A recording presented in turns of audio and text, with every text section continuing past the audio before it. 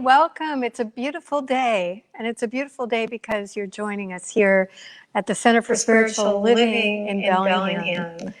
We have some very special guests with us today who are going to provide music. They're an a cappella group called Earth Practice who have an incredible heart. So let's turn this over to them and enjoy their wonderful offering.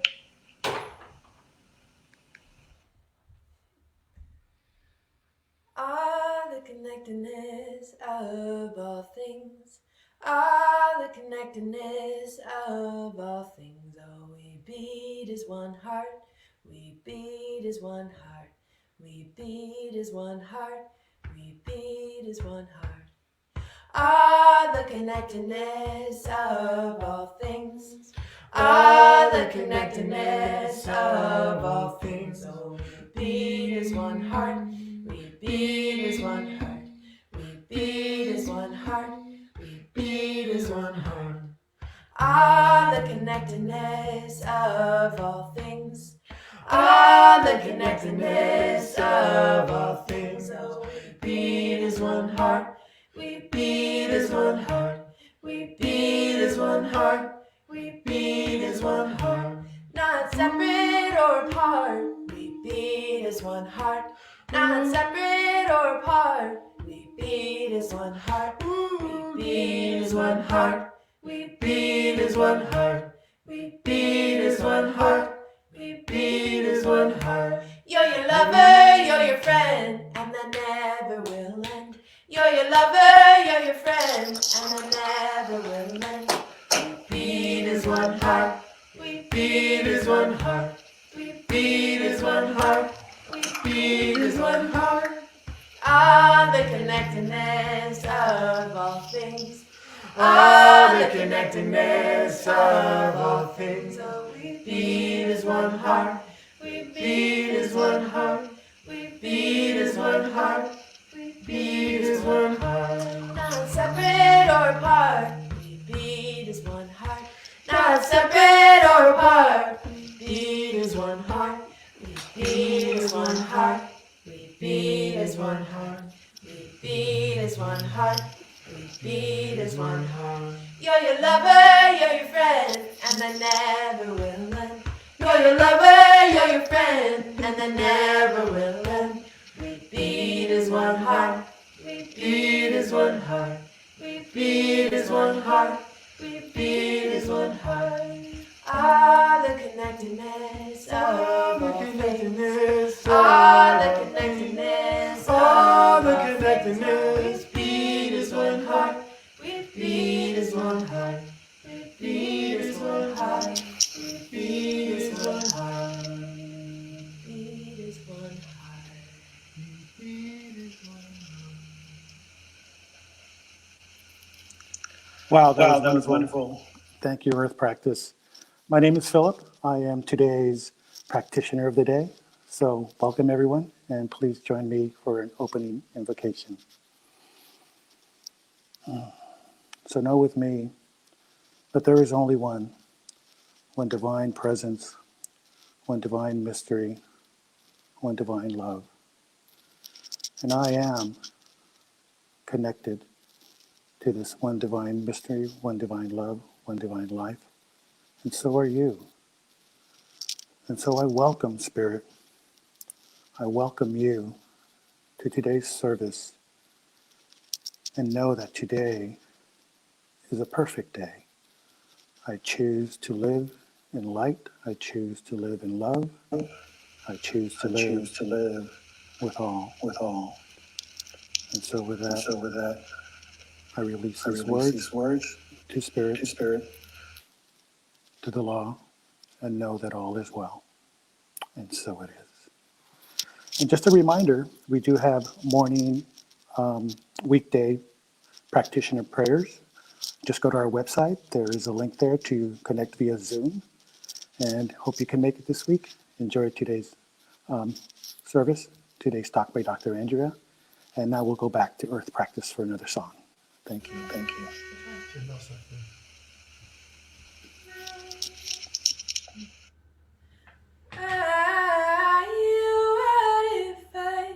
What if I knew the way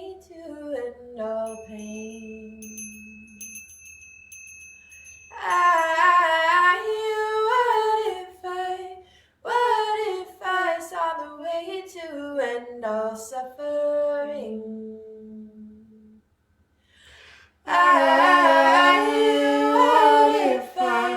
What if I saw the way to end all pain?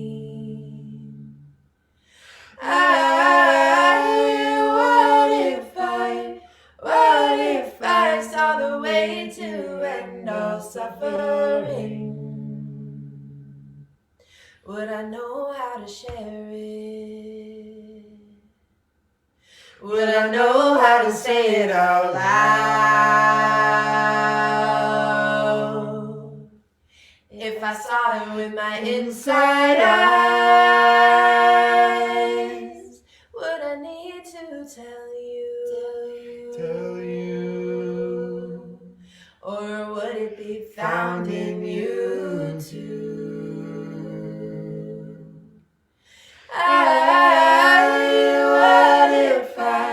What if I saw the way to end all pain?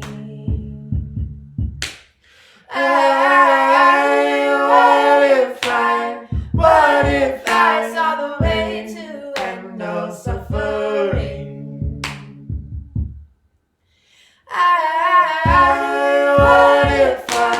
What if I saw the way to end all pain?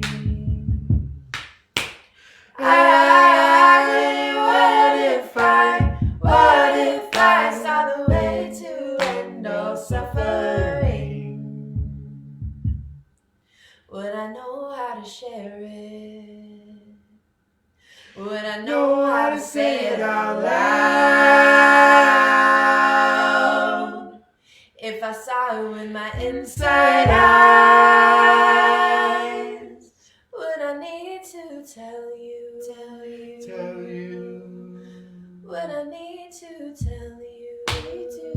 Would I need to tell you? Would I need to tell you? Would I need to Would I need to tell you? Would I need to tell you? Would I need to tell you? Would I need to Tell you?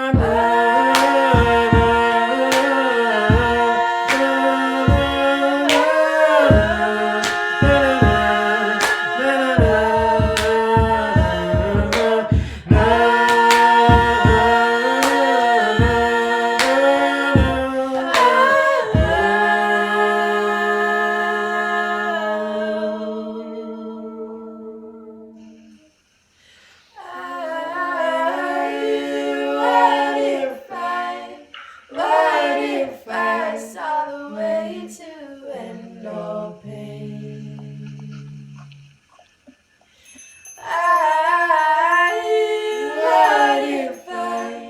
What if I saw the way to end all suffering?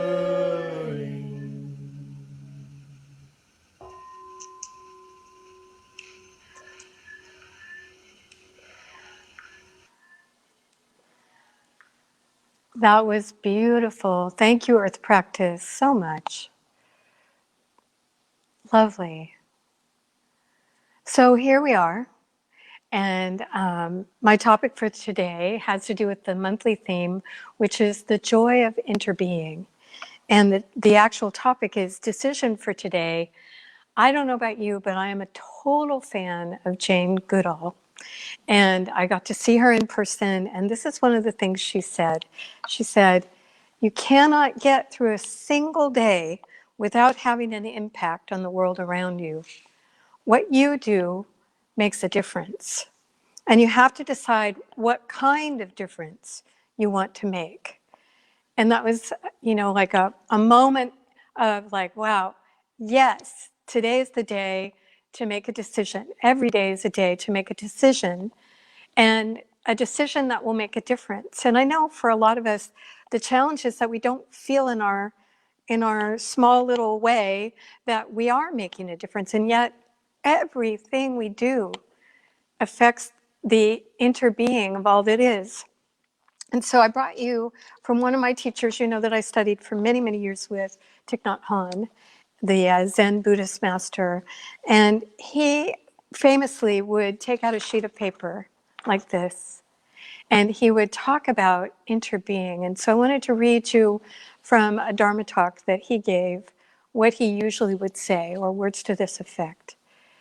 If you are a poet, you will see clearly that there is a cloud floating in this sheet of paper.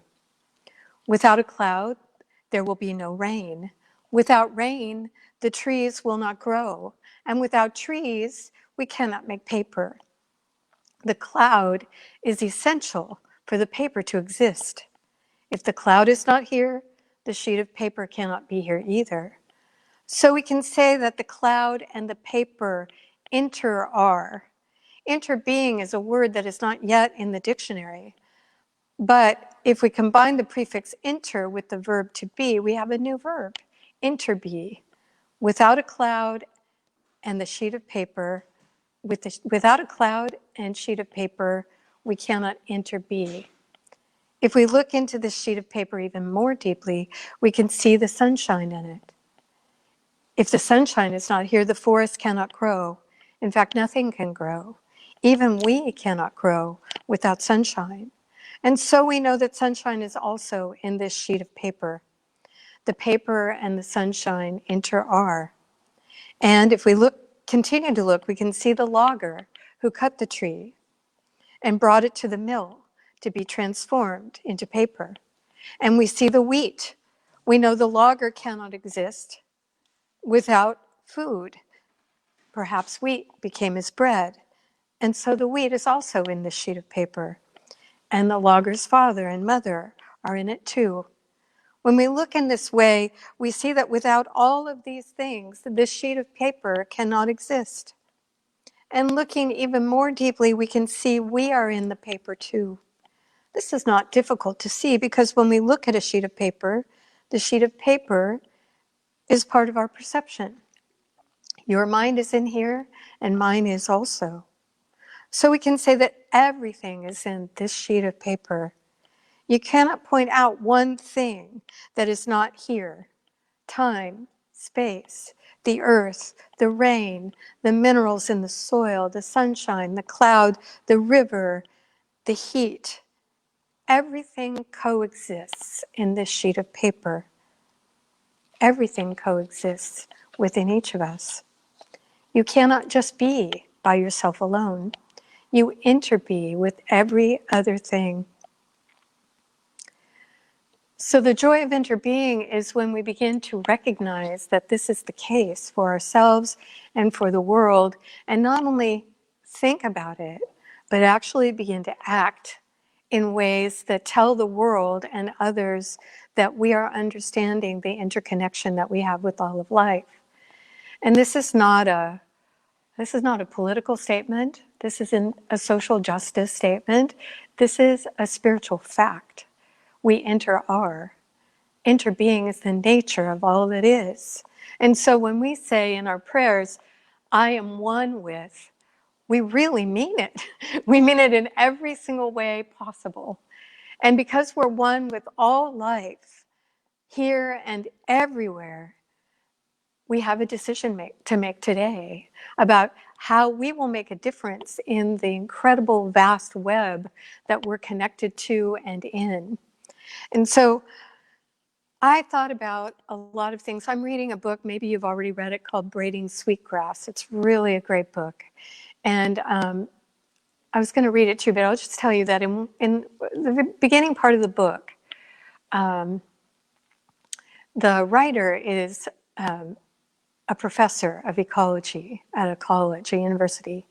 And she was sharing that she came into her regular class that she does Monday, Wednesday, Friday, and had given the students a survey. And these are all third-year students in sustainability and ecological studies and whatnot.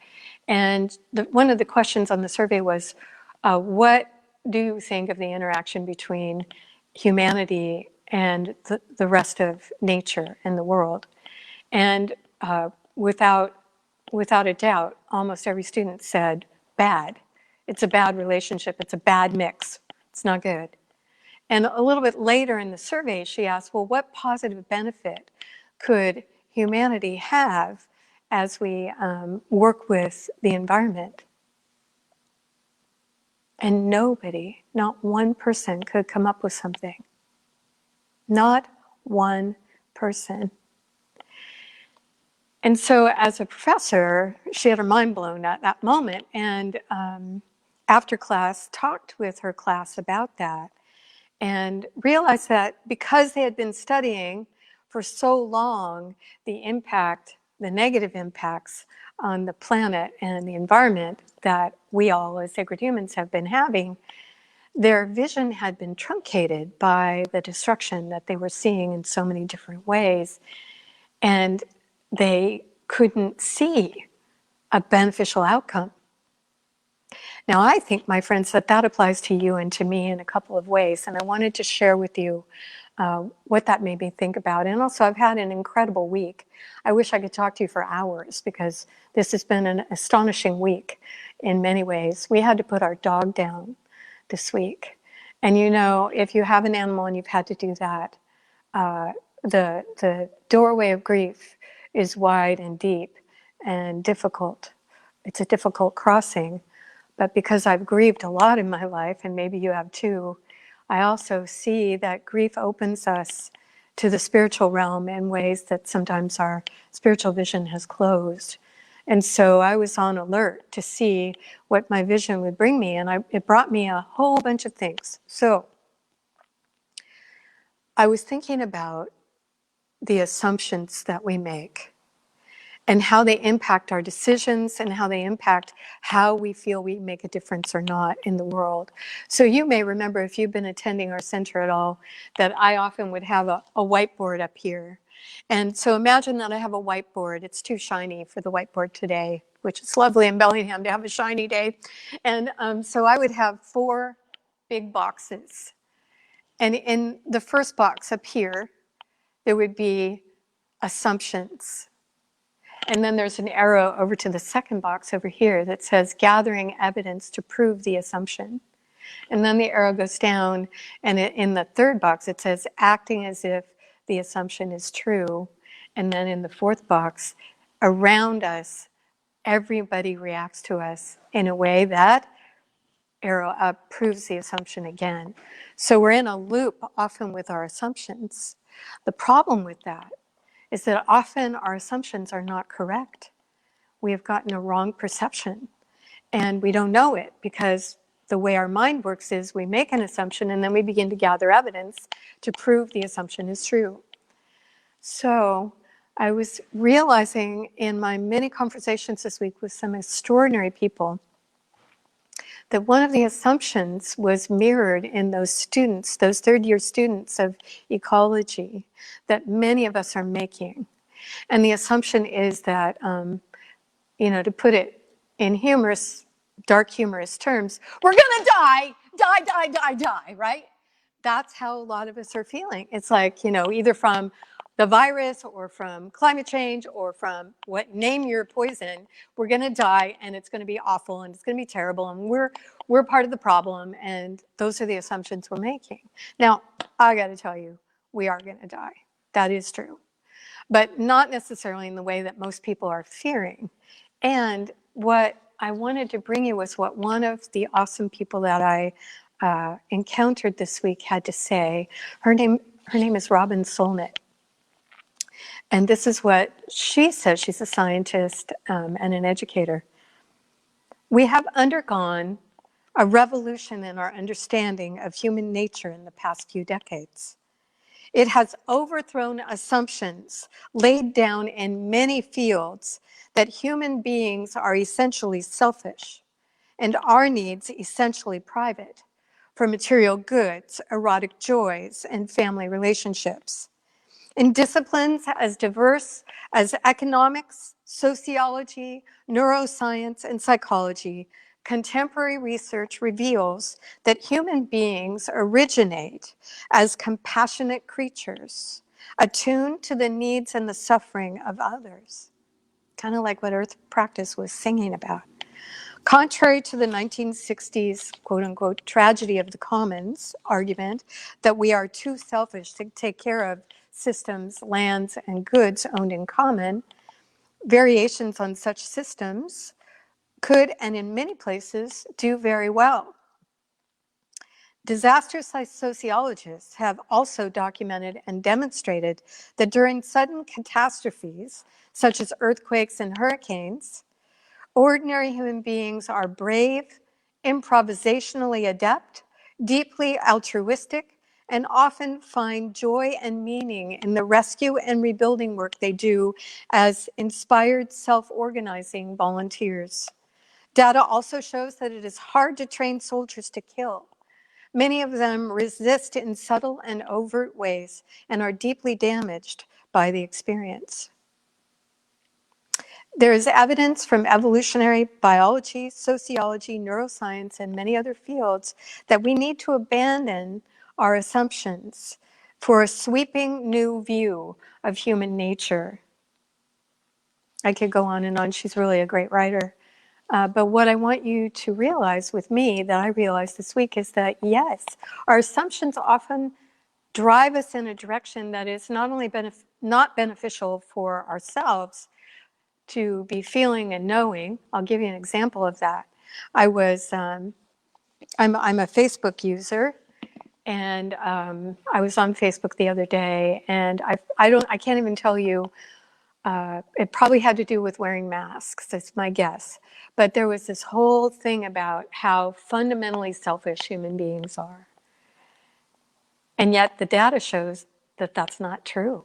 That that's actually not a true assumption. But if you believe that assumption and you begin to gather evidence to prove that assumption, you certainly could.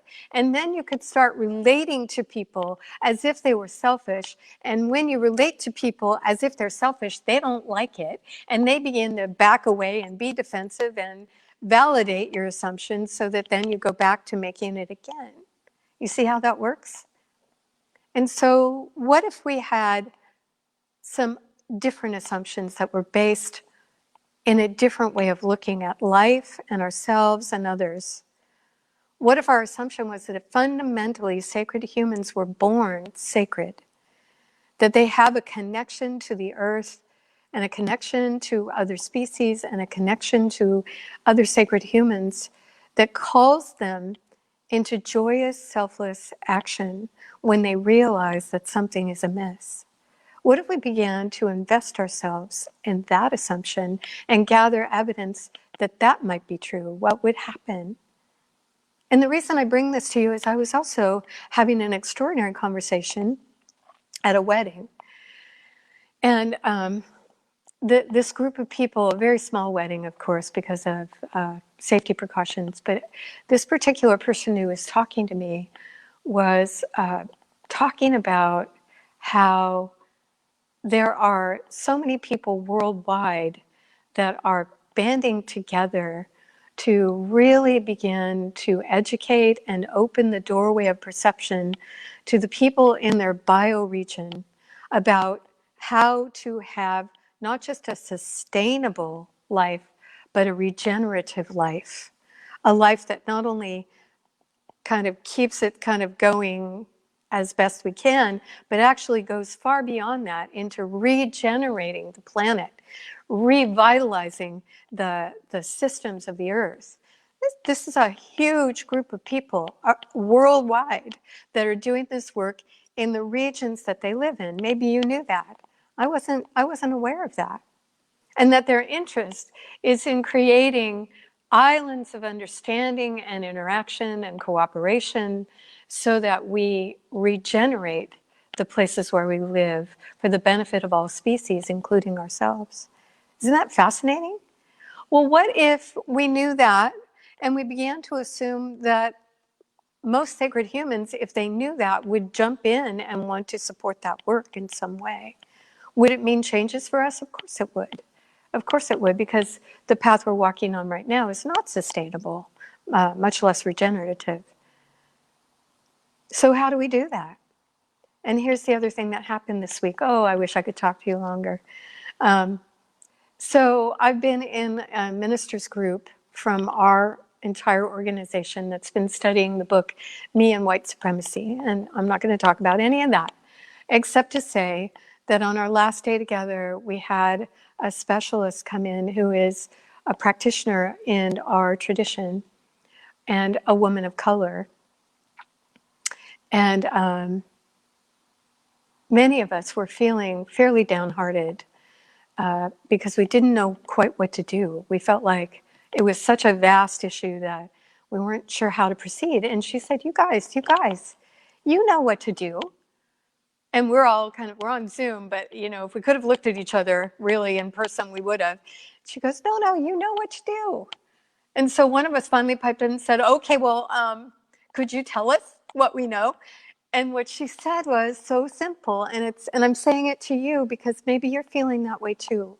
Maybe you're feeling that you don't know what to do in a particular area of your life, or how to make a difference in the world that you're in, or how to be part of this larger group that are interested in regenerative living. So she said so simply, she said, well, you remember that your thought creates reality, right? And we're all like, yes, and that everything that is created in the outer world is first created where? In our mind, right? Thought plus feeling equals manifestation in the outer world. Everything created twice, once in mind, then in form. She said, so what we all need to be doing, who are spiritual folk, is what we're good at. And what we're good at is creating a new idea. Now, we already have a vision statement that helps us to understand where the direction of that new idea might go. Our vision statement for the Science of Mind philosophy is creating a world that works for everyone. Now, that's a vast, vast idea. But let's say that I, in my life, have an idea of how I could create a world that works better for the people that I'm with. And I begin every day to contemplate that and involve myself in that idea and pray about that idea and begin to look for step number one in how to implement an idea in the outer world. And what if I keep involving myself with that idea and looking at what the world will bring me that I can begin to incorporate into that idea and begin to bring it out into the world, and I begin to talk about it with other people, and I begin to share the ideas that are coming my way, and other people go, well, I can do that too. Do you need some help? And instead of saying, oh no, I can do it on my own, I say, oh yeah, I need help. Join me. Come with me. Come with me. What if we were all doing that? And not necessarily in huge, big ways. We're not all meant to be activists, but we are all creators in life. And the way we create is moment by moment, thought by thought.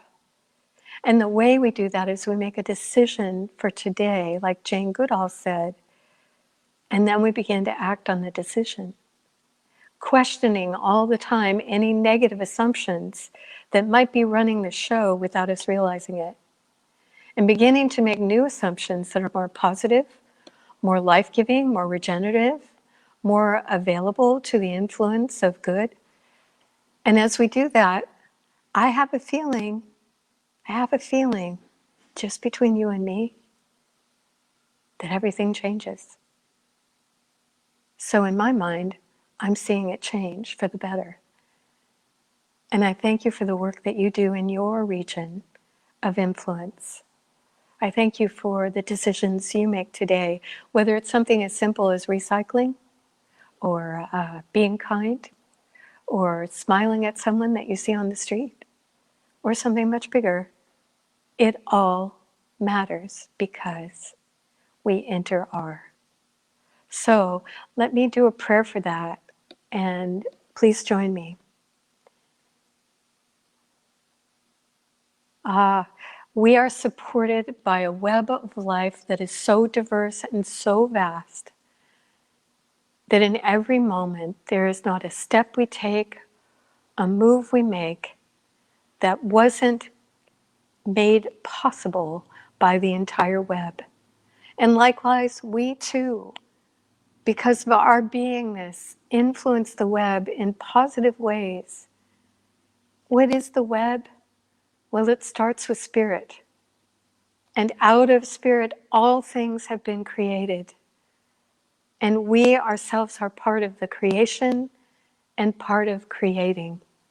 And so in this day, my decision is to be a regenerative creator of life.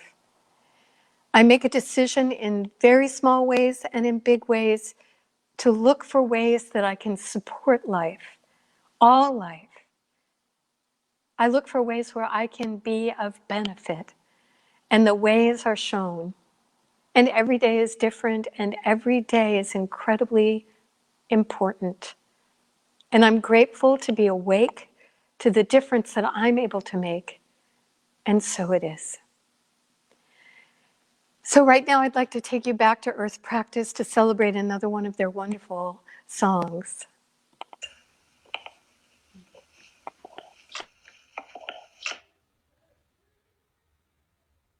What does it mean to be free? You can feel your connection with everything around. What does it mean to be free? You can feel your connection with everything around. What does it mean to be free? You can feel your connection with everything around. What does it mean to be free? You can feel your connection with everything around.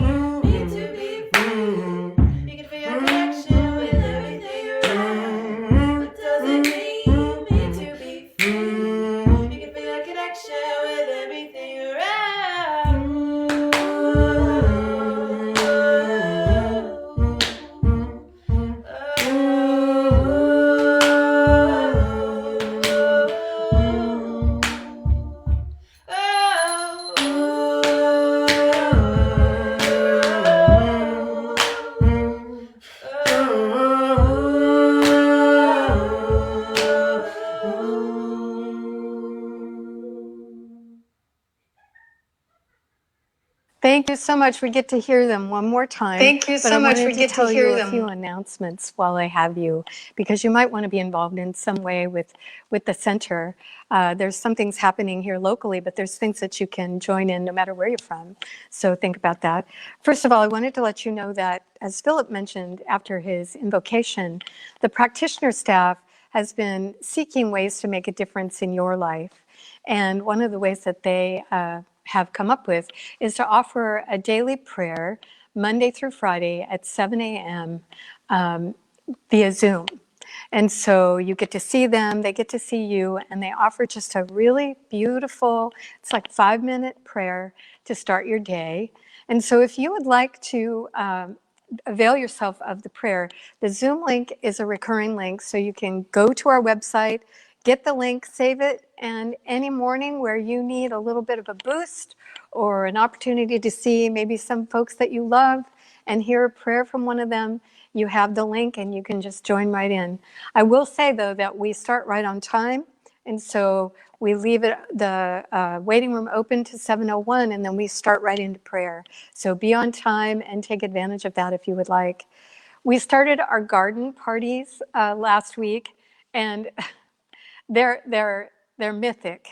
The weather here has been incredible.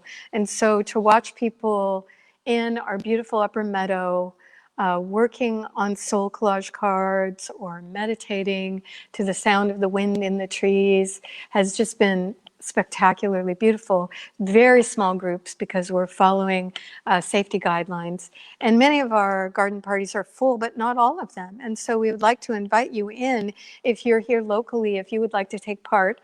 The ones that are open right now, we actually have one opening for this Monday's writing prompt workshop, and that's at noon this Monday, but you'd have to email me to get in. So if you would email me at Andrea Asebedo at att.net, I can get you into that class, whoever emails me first. The other ones that are open, we have drumming with my sweet husband, Joe. 5 people are coming together to drum in the Upper Meadow, very sweet, 6 p.m. He has an opening on this coming Thursday, and he also has some openings on the 27th of this month at 6 p.m. So be alert and be aware, and write into the office at info@csl-bellingham.org if you'd like to be in those garden parties with us.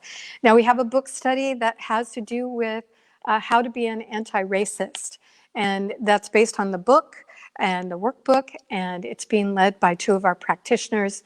And if you would like to be in a book study where you go into breakout groups and have a chance to, discuss some of the concepts and the ideas and what it's bringing up for you, we'd love you to join us. It starts on August 19th, which is a Wednesday, and it's in the evening from 5:30 to 7 o'clock p.m.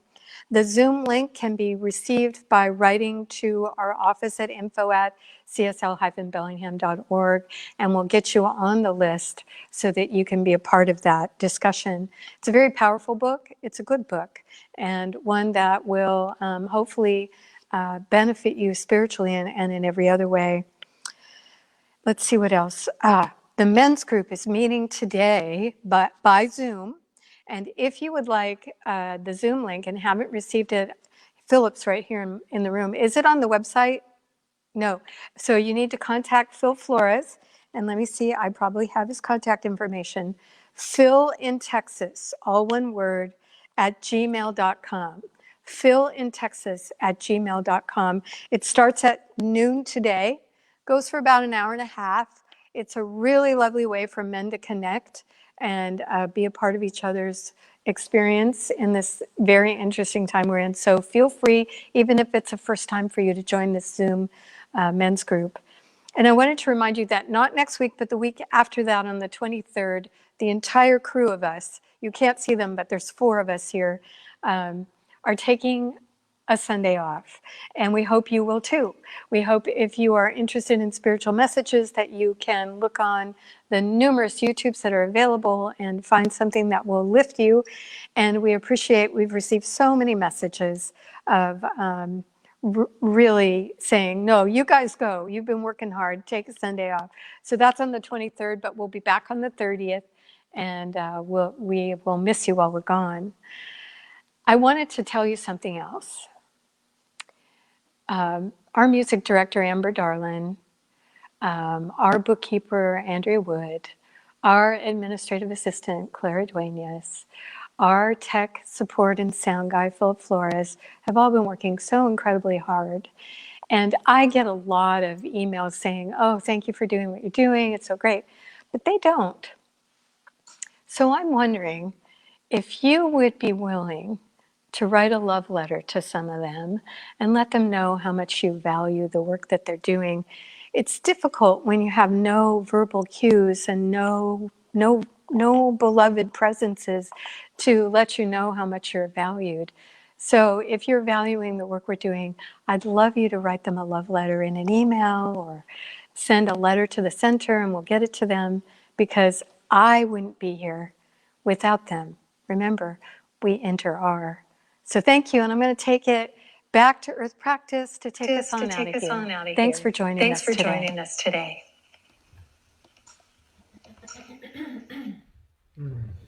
Thanks for having us. We love being with you all today. Yeah, thank you so much. Yes.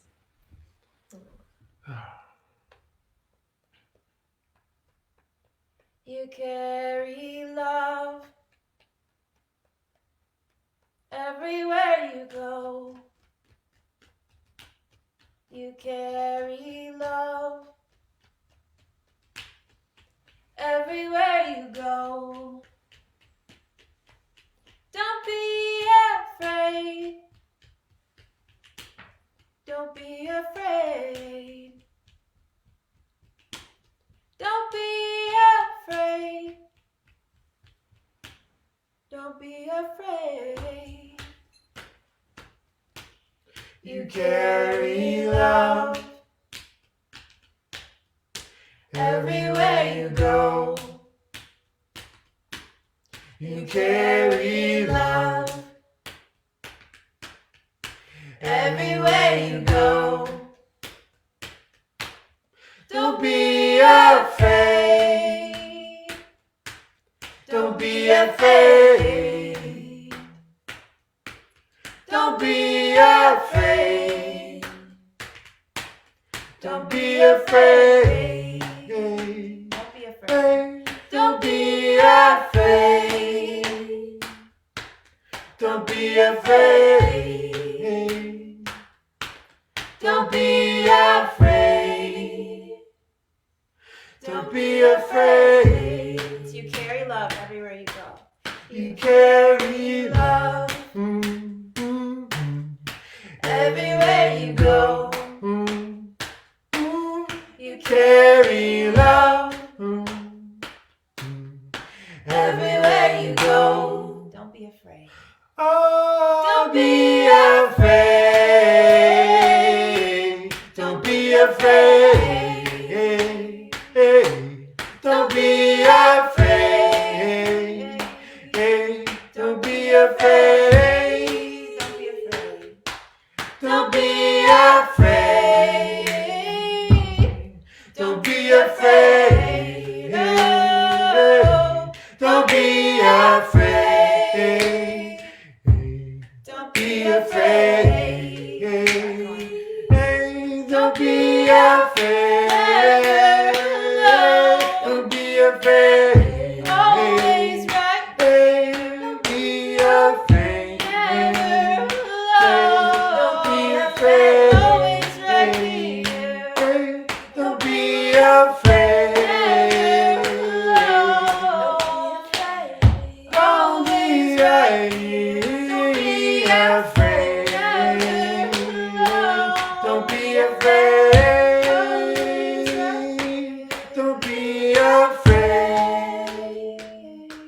Don't be afraid.